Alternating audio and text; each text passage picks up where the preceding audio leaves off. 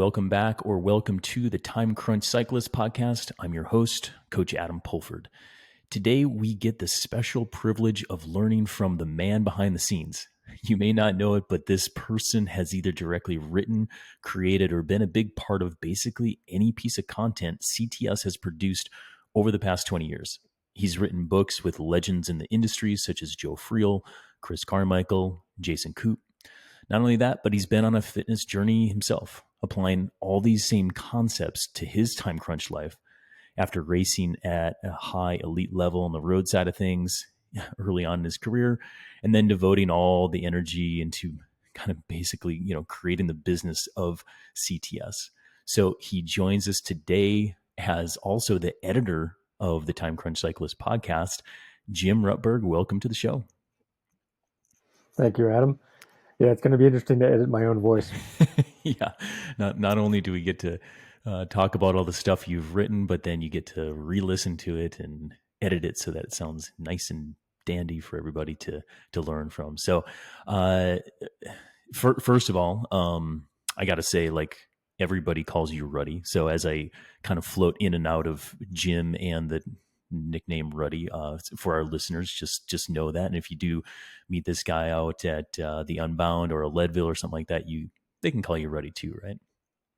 Absolutely. I hear it all the time. Sometimes when I'm riding around Colorado Springs, somebody will yell out, "Hey, Ruddy," and I have no idea who they are, but it happens more frequently than I imagined. Yeah, and if our listeners are viewing on YouTube, you'll get the iconic Ruddy view here of giant beard and all the essence of Ruddy. So go on YouTube to capture it, and then you can see the myth, the man, and the legend when you're out riding around Colorado Springs or out at an event. So but just before we get into the good stuff, Ruddy, tell us just a quick little snippet of your background, because oftentimes I think when people are consuming some of the CTS content, they don't know the Ruddy. So how'd you get into this thing, and how'd you get to be where you're at today? Sure. So I went to Wake Forest University and graduated with a degree in exercise physiology and was a bike racer at the time. Went out and tried to be a full-time rider. Was reasonably successful, but not setting the world on fire. Chris was my coach at the very end of my career, and then he started CTS at that time, and I came on as, I don't know, the second intern or third intern or something, and pretty quickly started doing some writing for the company. And early on, I realized that coaches like you really love coaching and coaching individuals.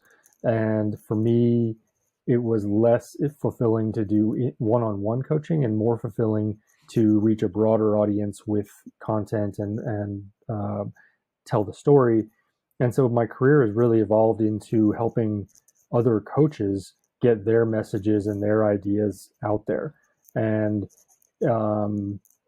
it's been very rewarding to be able to whether it's Jim Lehman or Chris Carmichael or you or Jason Koop, to be able to curate your information and get it out to a broader audience and for more people has been more fulfilling to me than I love working one-on-one with an athlete here and there, but it's more fulfilling for me to reach a broader audience and get your messages out there. Love it. Yeah. And I mean, honestly, I think all the coaches you mentioned would also agree. It's couldn't have done this without you, including all of the editing of a podcast, which I do not appreciate. So thanks to you, Ruddy. And to our listeners, round of applause to Ruddy. I wish I had one of those buttons that does the applause. The laugh track. Yeah. When you're editing that, put that in. Put that in. Cool. Well, thank you for sharing your background, Ruddy. I think that's super important. And thanks for all that you do at CTS. Thank you. Yep. So let's get into this. Let's get into the learning aspect. And today we have a concept or a term called training density. And I think it's a little bit of a new term in the way of endurance athletics. And some people would be like, no, it's not. But when you Google it, when you research it, there's actually a lot that comes from the fitness side of things and like strength training, strength and conditioning. And this is a concept from my NSCA days where we come at it a little differently, but it's a pretty solid concept in the way of endurance. In the way of endurance training, though, I'd say it's a little newer. So, Ruddy, could you tell us what we're talking about when we say training density as it applies to endurance athletics and cycling? Sure. I think that the conceptually what we're trying to get people to understand is that the organization of training or how it's arranged in your week and month and things like that, there's a combination of frequency and duration and the rest periods between workout sessions or training sessions so that you can concentrate the workload. And you can either spread the workload out and say you're going to have rest days in between everything, or you can say, well, I'm going to concentrate all of my workload for the week on 2 really big rides on the weekend. Or you can do, a block of concentrated work in the middle of the week. And those structures end up with different effects for training stress. And you're therefore able to use, especially with the time crunch athlete, they may have 6 to 8 hours a week, but how we concentrate those 6 hours to 8 hours makes a big difference in what we can do with them. So if I spread 6 hours across 5 days and you're just doing short workouts each day, that's one way to spread that 6 hours. If I concentrate that on 2 3 hour rides, but then I'm not riding again for another 5 days, that is a very, on paper, you look at those two athletes and say, hey, they're both riding 6 hours a week. If you look at it from what you're going to see in Training Peaks and in their training stress scores and CTL and everything else, they're going to look entirely different. So the training hours per week is not the same as how you're concentrating those hours or spreading them out in terms of what you're going to end up with from a fitness standpoint. Got it. Yeah. So the patterning of like the stress, if you will, that's really what we're talking about when we're referring to training density. Right. So, and then we get into the idea of, consistency. We often say consistency is everything. So the haphazard nature of training where somebody rides twice and then they don't ride for a week and then they ride once and then they ride 3 times, that makes it very difficult for a person to continually make progress. But then you say, okay, well, forget it. I'm going to ride every single day. They're going to be short. I'm only going to ride 45 minutes to an hour, but I'm going to ride every day.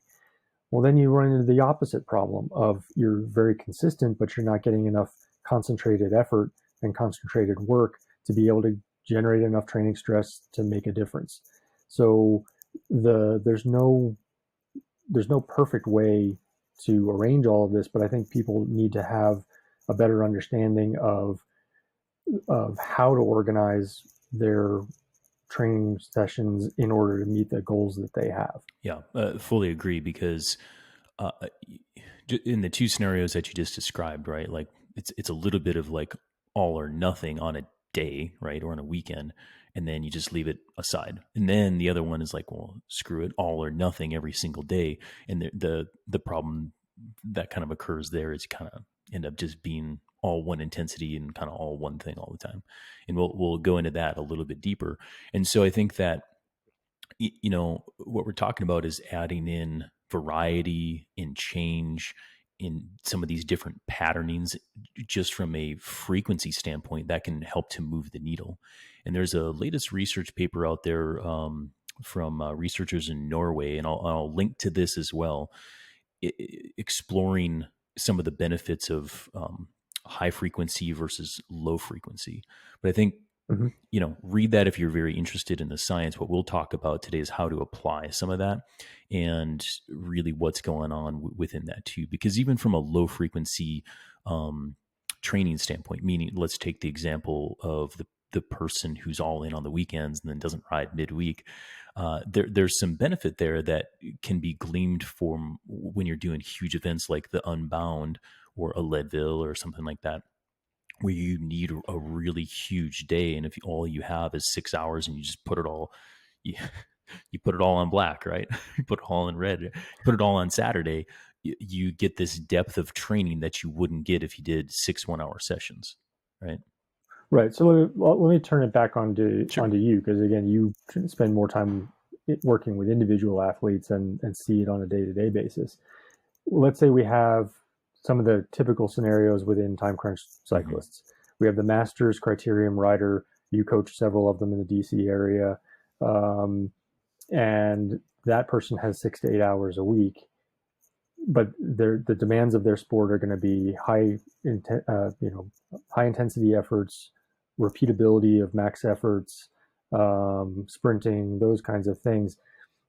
And that person has 6 to 8 hours a week. How do you arrange their training? Is it a Tuesday, Thursday, Saturday type structure that seems to work well for them, or are you using Tuesday, Wednesday, Thursday, like a 3-day concentrated block, or are they doing kind of race and recover? They just go really hard on weekends and do very little during the weeks. Yeah, that's a great question. I would say, again, to that patterning aspect, it really depends on their ultimate goal and the time of year that we're in. And I would say further out from the main racing block or focus, I will likely do, let's just say I'm doing, like, we got through some of the base, right? And we're starting to build some of the performance. Right, which is, we're recording this in the spring, so people are starting to get into Yep. that. They're out of this massive zone 2 thing that we'll talk about at some other time, and going into, like, it's time to actually go hard again. And so now we're going from foundation to preparation and going towards specialization, and it's time to do those intervals. And you know, people are probably going from a lot of that consistent 5-6 day a week or 4 days a week of moderate intensity riding to, how do I now shift to the interval work? Exactly. And do I do Tuesday, Thursday, Saturday? Do I, so your criterium rider, as they're shifting into preparation phase, where do they go? I'd say straight up, like the Tuesday, Thursday, Saturday, hard, like that is the best approach for somebody who's got 6 to 8 hours and we're trying to increase performance. If that performance is FTP or VO2 or power for repeatability, whatever, choose your pick. But that rhythm is one of the most effective in my experience. And the reason for that is because that allows the athlete to come in ideally, right? If they're sleeping, taking care of themselves, whatever, 100% Right. fresh to the hard workout. And so if I go hard on Tuesday and Thursday and I go easy on Wednesday, I'll probably still do like a 45, 60-minute easy ride back to our zone 2, right? Or zone 1. And that allows them to go hard again on Thursday. You can also just rest, right? So passive Right. recovery is arguably just as effective, if not more, than active recovery. And then on Saturday, double down a little bit, maybe scoop up a little bit more volume in conjunction with some intensity. And I find that pattern to be probably the most effective for masters racers and time crunched athletes. And on those Saturdays, because I think we get this question a lot, is if you have that interval workout on a Saturday, but it's also the day that people have generally a little bit more time, do you put the interval work first and then continue with endurance? Like, okay, today I can ride 2 to 3 hours instead of 1 hour, but put the intervals at the beginning of that as opposed to the end of it? The majority of the time, yes. And the reason for that is you want to hit your intensity or your performance when you're most fresh. Same reason why we pattern the way we just talked about. And when you warm up, maybe a couple openers, hit your intensity, and then overload with volume. You do that because you have the most glycogen, you have the most kind of, like mental energy at that point, and you're kind of topped off from like breakfast and all that kind of stuff. And when you're able to hit your intervals with the most energy, you're able to do more training. And if you do more training, you'll get more training effect, which is the Right. adaptation that we all want, right? And then when you overload with volume, there's these other things that I don't think we have the exact tools for just yet to see the progressive like strain that occurs after like like 60 minutes of time in zone, right? In the first 90 minutes, and then you put on another 45-minute ride after that. There's some exponential strain that goes on to get benefit from that to end the training session. Okay, and then the next sort of athlete, or the next sort of archetype for an athlete, especially now, are the people preparing for big gravel events. So we've got people who are getting ready for SBT gravel in Steamboat in August, or Unbound in June. And there's a gravel race everywhere all year round at this point. Same athlete, 6 to 8 hours.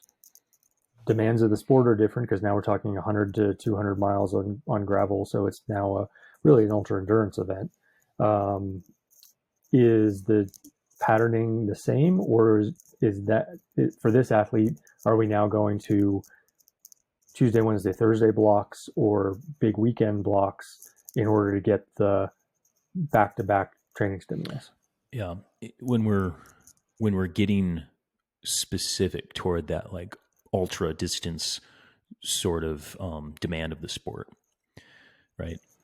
I think first it's important to not overlook what we just talked about in the way of developing performance, because performance in kind of developing, that fitness aspect is going to make this long ride specificity way more powerful. Because again, you got more training in the system, you can produce more power for longer. Therefore, it's a higher quality or an increased density, right, of that long ride progression. However, if you're time crunched, right, you got to take some of those hours and put it on that long ride to try to get like that 4, 5, 6-ish hour long ride. I think for time crunched athletes would be about that like long ride tippy top. And sometimes you sacrifice midweek riding frequency or volume in order to shift it toward the weekend. And that's super vital and important because, again, just like I was saying in that Saturday scenario, where there are specific and really beneficial stress and strain implications to long rides, where the stuff that occurs and changes in the body at hour 4, 5, and 6 of a long ride that are needed for you to then, to prepare for that race, right? So if all you do is the experiential component of those are crucial, especially for time crunched athletes, could be because, I think what you're alluding to is that idea of we can use short intervals and high intensity further out from the event in order to boost aerobic conditioning, boost FTP, boost VO2 max, which then gives you the engine that you can use for the longer endurance component as you get closer to the event. But as you get closer to the event, you have to, even if you end up sacrificing a little bit of the fitness component, there's an experiential aspect for those gravel races that can't be overlooked. You have to be able to sit on a bike for 10 hours. And if all you're riding is 60 to 90 minutes, which is the majority of your sort of fitness training workouts, you have to rearrange your schedule at some point in the training process in order to get those long rides in. Even if the long ride itself doesn't help your fitness much at all, it's the fact that you are sitting in the saddle for that long. You're figuring out what you can or can't eat 4 hours into a ride. You're figuring out, oh, my bike fit is great up to 4 hours, and then my hands are toast, or my shoulders are toast, or my back killing me 6 hours in, but I feel great on the bike 90 minutes in. Like those things, I think, are part of what ends up really hurting athletes in long gravel events if they don't have the experiential component from training. It's not about the fitness. You have the short workouts will give you the endurance and the physiology to do a long ride, but it's not going to give you the biomechanics and the sort of fatigue resistance. So I think it's helpful for that longer stuff, frame it up as mechanical and biomechanical breakdowns. Mm-hmm. And when you're just holding yourself up on a bike for 10 hours, right? That's kind of like a biomechanical touch points. Body's got to get used to that posture, strength, all this kind of stuff. Then there's also just the, pedaling more or less for 10 hours. And that's like mechanical. Okay. It like kind of not, because you're using your body to do this, but it's like mechanical work. And that like start to swing a little bit back more toward like how I think about training density is I'm looking at kilojoules per session. Okay. So when I'm prescribing, I still prescribe 6 hours, go, right? But what I want to do is increase the total kilojoule that the rider can achieve in a ride. Because if I do that, I'm also increasing their average power. I'm also increasing the training stimulus, which will give them better adaptation and all this kind of stuff. So I think specifically, kilojoules per session is a very great way to measure training density for people listening. They want to like, really get organized about this. From a high level though, like, and even for your first like long ride, if you're like preparing for even the Unbound 100, which can really be a butt kicker. Okay. Mm-hmm. Just focus on volume at first, and look at increasing your density of volume in order to achieve that. In the maybe the first ride or two that you do that, now you can start to look at kilojoules to get a little bit more specific about it. But yeah, to your original question of if you only got 6 hours, is it better to double down on the weekend and get that done, and just kind of like work through the week? Yeah, that's super applicable. The one asterisk there is get organized about it, because if that's all you do, right, that's going to lead to the problems that we talked about originally, which is probably a decay of fitness over time because you're not doing some of the Right.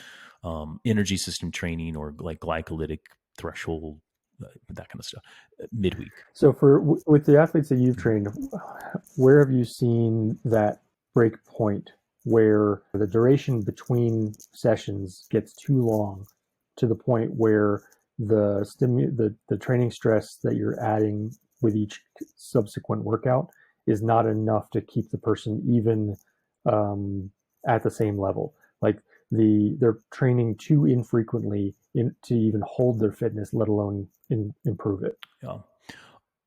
It's a complicated question because there's so many variables that go Yeah. on in it. Well, I guess It's the point is, can you do, if is it yeah, enough for someone to train on yeah, the weekends and have one midweek ride? Is that one midweek ride, if it's well structured or well planned, enough to kind of buoy them to bridge them to the next weekend and keep the progress moving? yeah. Um, so I would say yes, depending on how you bring it in. So, and I think that the biggest thing is making sure that you can again get a little bit more planned out. So, to answer you directly, if all you did was like long rides on the weekends for 4 weeks, I would start to see a decay in like energy system fitness and all this kind of stuff. When it comes to like Mm-hmm. more anaerobic, anything that's over threshold, maybe like climbing speed and all this kind Right. of stuff, right? If you do that for about 4 weeks, because we know that fitness, builds and decays in this like month and a half sort of like impulse into the body. So if you did a good job of building, let's just call it FTP and CTL, for like 3, 4, 5 months, something like that. And then all of a sudden you double down for a month on long rides. You get really good at that long ride adaptation and feel very strong at the end. But if you hit a group ride, you like your normal 2.5 hour group ride, the punchy on the hills, I would venture to say that your punch would be very less after 4 weeks of doing that. Right. Asterisks here again, if you take somebody like Jim Lehman, right, who has 30 years of riding and racing experience. That guy doesn't even have to ride for a month, does 2 rides and he's back to fitness, right? And that's why I say it's a Right. complicated question, but you have to understand all of those aspects and also then swing back and say, well, don't worry about it. Because if your overall goal is to get through Unbound, well, you got to do this long stuff and let some of that other stuff go, right? Right. Exactly. Yeah, and the ability to let some of that other stuff go when you know that you're going to be at a moderate intensity level for many hours. Yeah, it would be great if you had high VO2 max at the same time. But if you're going to have to let something go, focus on the volume as you get closer to the event so that you can have the most race specific adaptations. So for folks who are in that stage of what do I do now in order to be ready for Unbound in June, or what do I do now in order to be ready for Steamboat in August? The further out you are, you do fitness related FTP and VO2, et cetera. And as you get closer, you focus more in on that endurance component and those long rides, so that your body is ready for the rigors of those specific events. Yeah. I think it's, for our listeners, I think it's really important to think about some of this, like long ride adaptation to like a shorter ride, right? Like more intensity, more aerobic. They're just dials, right? Mm-hmm. Dials that you turn up and turn down depending on what you need when. And I try to communicate that to my athletes. And one way of kind of like visualizing this, and let's now swing back to some of these examples or patterns that we're kind of seeing in our time crunched athletes or athletes in general, is block training. Okay. And this is very similar to the concept of training density, in the way where I'm taking a small number of days and getting really like hard and specific. That works really well for somebody who is that criterium racer, who's racing, anywhere between 45 to 90 minutes in power for repeatability, very intense criterium, masters racer, that sort of thing. And I'll just blast them like Tuesday, Wednesday, and Thursday super hard.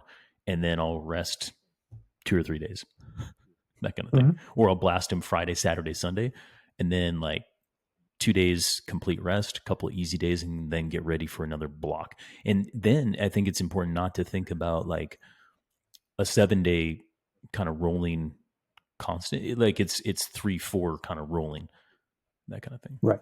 Depending on their work schedule and stuff. But I'd say from that standpoint, Ruddy, like, do you see what are the issues with that? If you're going to really like double down 3 days in a row with super high fatigue inducing intervals, like what have you seen, or what would you give advice for people that they kind of like perked up and like, hard 3 days in a row, let's do it?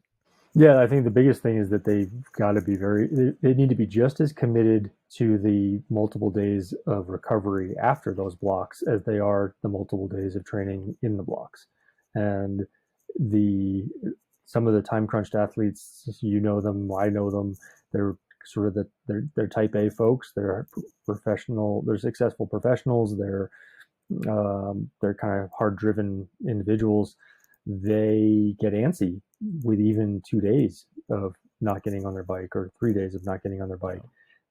So they almost forget how hard they worked 3 days ago, or that, the further they get from that 3-day block, the more they forget how hard it was, and they're getting antsy to get going again. They're less likely to give themselves the actual recovery time necessary to recover from that 3-day block. Yeah, I fully agree with that. And I would also add to it is like, if that is your plan, stick to the plan and don't get suckered in, especially if like you plan on resting on Saturday, but then like your wife takes the kids to soccer, and all of a sudden your day opens up and your buddies are inviting you to the group ride. Oh, I'll go do the group ride. Well, yes and no. I mean, I would say it really depends on, because this goes back to the behavioral piece and the why are we doing this kind of piece.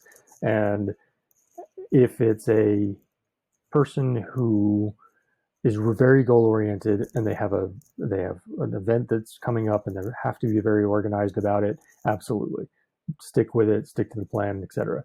If it's somebody who the plan isn't quite as detailed, the event isn't a huge event, all that stuff, and you do get that opportunity to go for a ride with buddies, or somebody's doing an epic ride that you just don't want to miss, that's the whole reason we're doing this, is to be able to jump into those things. So I, from an athlete identity kind of standpoint, have always been a little bit wary about getting time-crunched cyclists to be too regimented, because the whole reason that we're doing this, especially if we're not getting paid to ride our bikes, is so that you can take advantage of those opportunities. And yes, stick to the structure, stick to the plan in order to continue making progress.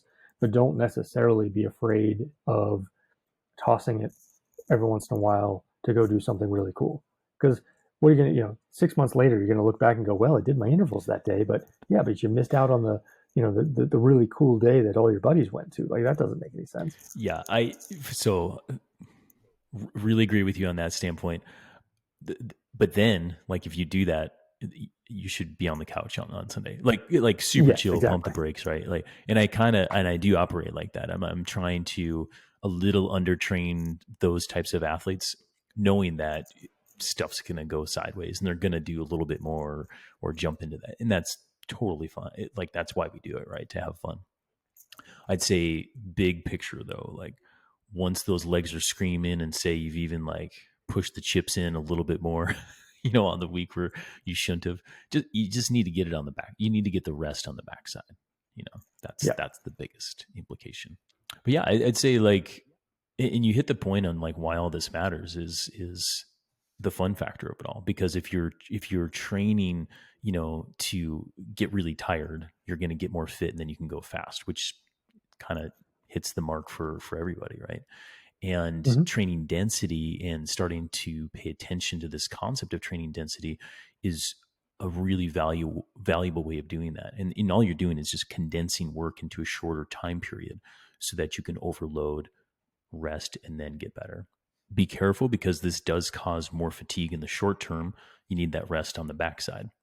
And then if if you do a good job of, deploying this strategy, don't forget about like a very good rest week, because as you're building up these all these fatigue impulses too, at some point you're going to need to just like let all that go, and it's both like mental and physical. And that's where a full like 5 days or even 7 days of, you can do some zone 2 in there, but like even mentally not having to perform on an interval or for a 6 hour thing, like that's really relaxing to that. So I think just make sure that if you're doing training density, you also get some recovery density.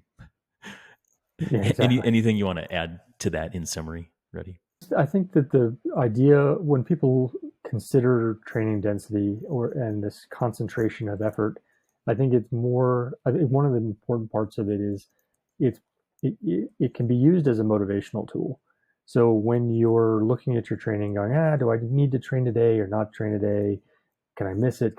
And you look at where today's workout fits within the structure, and you realize that, I need today's workout because of the density. If I don't do it, then this idea of concentrated effort gets diluted, and I'm not gonna get the full effect of it. I think that's where somebody can it gets them over that hump of, I don't really feel like it today, and it can be just that one little tool that says, yes, I understand that I may not feel totally motivated today, but the discipline of going out is going to help to fulfill this density requirement. Yeah, that's a good way of putting it. So we'll wrap there. And if some of this, like I said in the opening, the training density is kind of a different term in endurance cycling, and it can be a little confusing from like, well, how dense is it, right? But just think about it in terms of frequency, low frequency, high frequency, and then where you put your intensity. But if if you have any more questions on this, a quick reminder is you can ask us here on the podcast of what your question is. So just go to trainright.com/podcast, and you can submit any question you want there. Click the button that says ask a training question. That'll get sent to me or Ruddy. Ruddy will push it over and we'll work on answering it on the show. So that's all for now. Come back to learn how to get fast in 6 hours of training or less. All for now, folks.